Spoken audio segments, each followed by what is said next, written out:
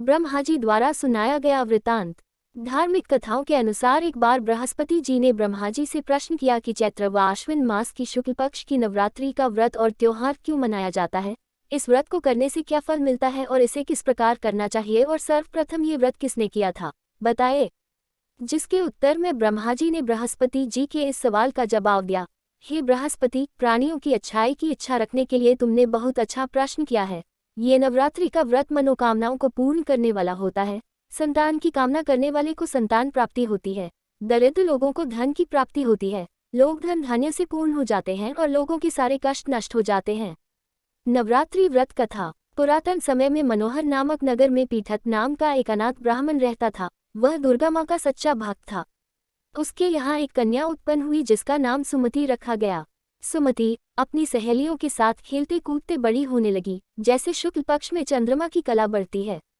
ब्राह्मण पीठत प्रतिदिन माँ दुर्गा की पूजा किया करता था और पूजा के समय वह कन्या सुमति हमेशा वहां उपस्थित रहती थी। लेकिन एक दिन वह सहेलियों के साथ खेल कूद में इतनी मगन हो गई कि उसे पूजा का ध्यान न रहा। इस वजह से पिता को अत्यंत क्रोध आया। उसके पिता ने उसे कहा कि आज तू भगवती की पूजा में शामिल नहीं हुई, अब मैं तेरा विवाह एक दरिद्र और कुष्ठ रोगी से कर दूंगा। तब सुमति ने कहा अपने पिता से कहा, आप मेरे पिता हैं, आप जैसा उचित समझे, लेकिन मेरे भाग्य में जो लिखा है वही होगा। ऐसे वचन सुनकर पिता को और भी अधिक क्रोध आया और उसने अपनी पुत्री का विवाह कुष्ठ रोगी के साथ करा दिया और बोला कि देखता हूँ कि अब तेरा भाग्य तेरा कितना साथ देगा। ऐसे वचन सुनकर सुमति सोचने लगी कि मेरा दुर्भाग्य ही ऐसा है, इसीलिए मुझे ऐसा वर मिला है, और इस प्रकार अपने पति के साथ वन को चली गई। एक दिन वन में इस कन्या के पूर्व जन्म के कर्म से प्रसन्न होकर माँ दुर्गा वहां प्रकट हो गई और कहने लगी कि जो भी वर तुम्हें चाहिए वह मांगो। कन्या ने कहा कि आप कौन हैं? तब माता ने उत्तर दिया कि मैं भगवती हूँ, मैं तुम्हारे पिछले जन्म के कर्मों से अत्यंत प्रसन्न हूँ, इसीलिए तुम्हारी जो इच्छा है वैसा वरदान मैं तुम्हें दूंगी। माता ने कहा कि मैं तुम्हारे पिछले जन्म का वृतांत बताती हूँ। तुम पिछले जन्म में अति पतिव्रता नारी थी, तुम्हारा पति चोरी करते पकड़ा गया था, तब तुम दोनों को सिपाहियों ने कारागाह में बंद कर दिया था और उस दौरान तुम दोनों को कुछ भी खाने को भोजन नहीं दिया गया था। इस प्रकार तुमने 9 दिनों तक नवदुर्गा का व्रत कर लिया था और उस व्रत के प्रभाव से मैं अत्यंत प्रसन्न हूँ, इसीलिए जो वर मांगना है मांग सकती हो। तब सुमति बोली, मुझे धन धान्य कुछ नहीं चाहिए, बस मेरे पति का कुष्ठ रोग दूर कर दीजिए। तब माता ने उसे वरदान दिया कि तुम्हारा पति कुष्ठ रोग मुक्त हो जाए और तू सदा खुश रहे। ऐसा कहकर वे अंतर ध्यान हो गईं और सुमति अत्यंत प्रसन्न हो उठी। अर्थात यह फल सुमति को उन 9 दिनों के व्रत रखने से ही प्राप्त हुआ। तभी से व्रत रखने की परंपरा चली आई। नवरात्रि व्रत में क्या नहीं खाया जाता है और क्या खाया जाता है? नवरात्रि व्रत में क्या नहीं खाएं?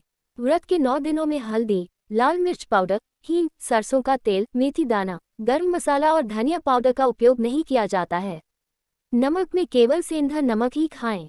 रिफाइंड तेल या सोयाबीन ऑयल में खाना न पकाएं। घी में पका हुआ भोजन ग्रहण किया जा सकता है। फली, दाल, चावल, गेहूं का आटा, रवा और मैदे का इस्तेमाल करने से बचें। प्याज, लहसुन का सेवन पूर्ण रूप से वर्जित होता है। व्रत में रामदाना, आलू से बना हलवा या आलू से बनी चिप्स खा सकते हैं। हम आलू को उबालकर उसमें दही मिलाकर और सेंधा नमक, हरा धनिया डालकर सेवन किया जा सकता है। और हाँ, हम व्रत की किसी भी चीज में सेंधा नमक डालकर ग्रहण कर सकते हैं। मेवा, फल, दूध, दही, साबूदाना, मूंगफली कुट्टू, सिंगड़े के आटे से बने पकवान आदि फलाहार कर सकते हैं।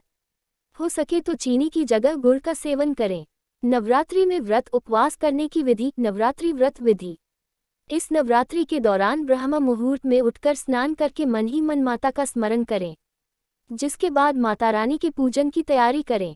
पूजा में शुद्ध जल और दूध से माता का अभिषेक करें, दीपक जलाएं, माता के मंत्रों का जाप करें, साथ ही दुर्गाष्टमी का पाठ करें। पूजा में कुमकुम, हल्दी, चंदन, अक्षत, पुष्प और अन्य सुगंधित चीजें जैसे कि इत्र, धूप आदि का प्रयोग करें। पकवान, फल, मिठाइयों का भोग लगा करके आरती करें। नवरात्रि के पहले ही दिन से लोग अखंड ज्योति जलाते हैं, जो कि पूरे 9 दिनों तक जलती है। याद रहे, ये ज्योति 9 दिन तक बुझ न पाए। इसमें निरंतर घी डालते रहें। व्रत में फलाहार करने का एक समय निर्धारित करें। अतिशय भोजन न करें। अपने शरीर को हल्का रखें, जिससे आप अपना ध्यान मां की भक्ति में लगा सकें। इस प्रकार नियमों का पालन करते हुए 9 दिनों के व्रत को पूर्ण करें।